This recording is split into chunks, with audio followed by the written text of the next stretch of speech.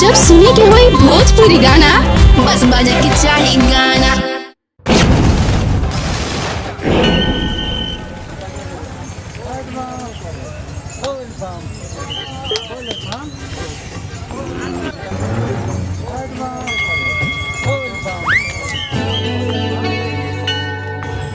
ए भैया, काहे उदास वाला हो?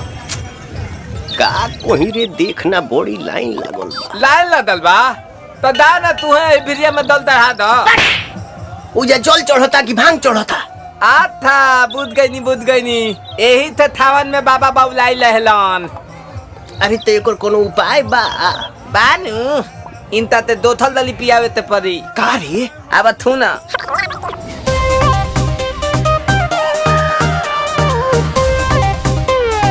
हर हर बम बम।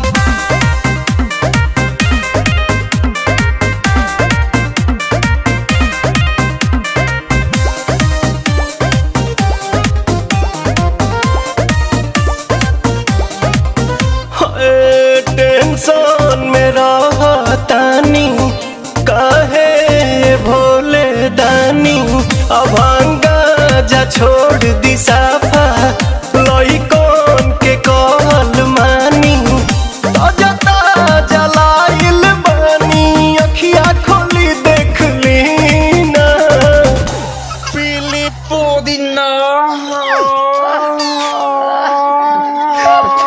पुदीना पीली पुदीना पीली पुदीना,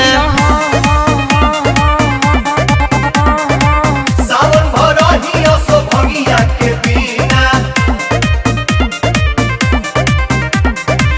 रे बबिया ना पिहन का रे? लोता ना भैया, हम पियावा तनी। हाँ हाँ पिया। भनिया धो तुलावा थोली बतली तवे तदी, भनिया धो तुलावा थोली बतली तवे तदी, ए तबे लतालाई तली बाबा ए तलोते तदी, ए तबे लतालाई तली बेलूरा ताता तली जानतानी बाबा रउआ भंगिया के बिना काम न चलेला एको दिन राम, तनी का ख्याल करी सेवा के अपना हो, चढ़ल बाटे सावन के महीना राम। रुको भौजी, ये लोग के समझावतनी। ले दादा।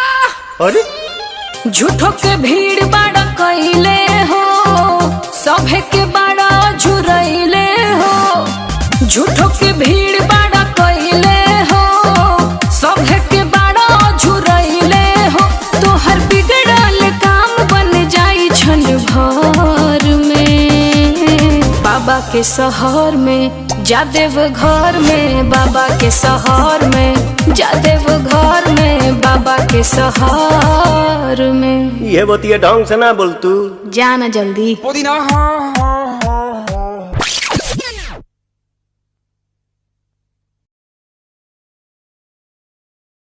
पीली पुदीना पुदीना पीली पुदीना पीली पुदीना।